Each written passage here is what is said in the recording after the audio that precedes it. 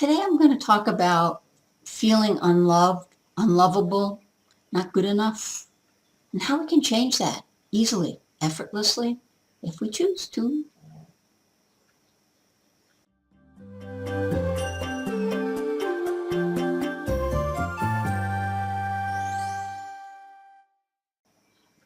I have a blog post on my website about feeling unloved or unlovable. And of all the pages on my website, it gets the most hits. And it's interesting because I have the comments enabled, and people consistently want to argue for their limitations. They want to say that, that certain people are unlovable. And then they go on to tell their story about why they're unlovable. Of course, at the bottom of the post, I also have a suggestion of several other posts that give you concrete exercises to stop feeling unlovable.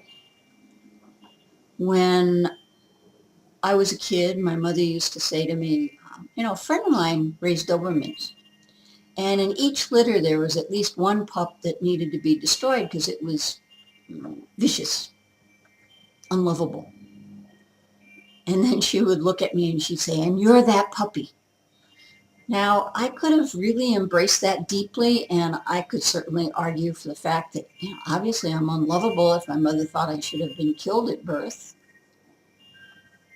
But I learned that we can change our beliefs, our agreements, our assumptions, our attitudes, and in the process totally transform our life.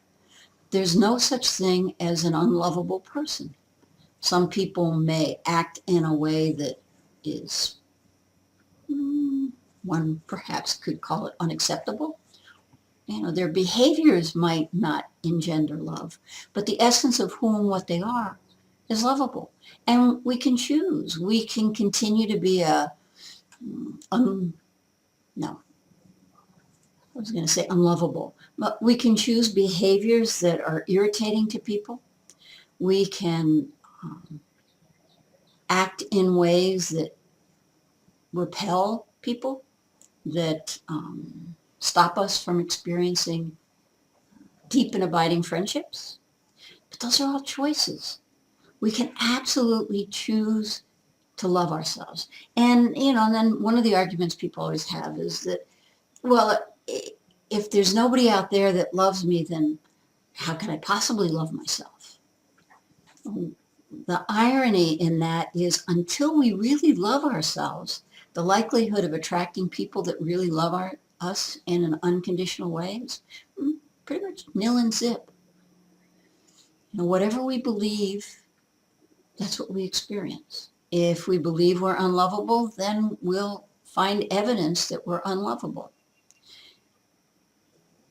If we believe that, I'm perfect just the way I am, there might be some things I want to change, but I am a child of the universe. By that mere fact, I'm perfect. Think about it. Without you, the universe would be incomplete. Makes you pretty important in the scheme of things. The only thing that's real is love. Everything else is an illusion. So you absolutely are lovable. You can do some concrete things to help. When I first decided it was time for me to love myself, I started working in the mirror. And I remember the first time I looked in the mirror and really, really looked directly into my eyes and said, I love you. I cried like a baby. But the more I did it, the more I really felt it. I really began to believe it. And of all the exercises I suggest people do when I work with them, that one has the most powerful effect in your life. And people resist it. I'll work with them one week and I'll make some suggestions, and we get back together the following week and I ask, okay, did you work in the mirror? And they kind of get a little smaller and say, no, I didn't have time. And some people, it will take them months to get around to doing it. I can guarantee if twice a day you spend a few minutes just looking in the mirror, and when your mind has criticism, thank it for sharing and just say, I love you. And if I love you is a stretch, I'm learning to love you. You absolutely are lovable. And we swim in a sea of love. Only the love is real. There is no such thing as an unlovable person. And if you have lots of evidence in your life that you're unlovable because you've attracted people that affirm that belief, change the belief. Yeah. Your birthright is love. You are love.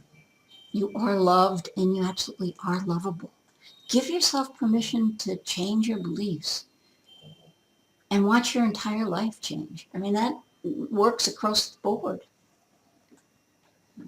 I truly believe that we came to Earth to wake up to who and what we are, which is this incredible being of love and light and laughter that's absolutely limitless, and then just enjoy life. And this is an incredibly sensual, wonderful planet. And we can experience that, or we can struggle and life can be hard and, oh, I never have enough money. And all that stuff is a reflection of what you believe. Change your beliefs, everything will change. Come on over to my website. Check things out. For the past probably 5 or 6 years, more like 10 years, I've been traveling a lot. And so I kind of curtailed my private coaching with people. And I decided I live in Hawaii. I absolutely love living here. And it's like, why not stay here? So I've decided to, curtail my traveling, bring people here, and to open up my mentoring and my coaching. So if you really want to change your life, check it out.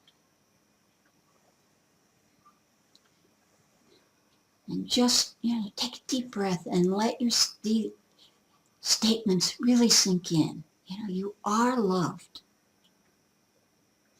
You absolutely are lovable.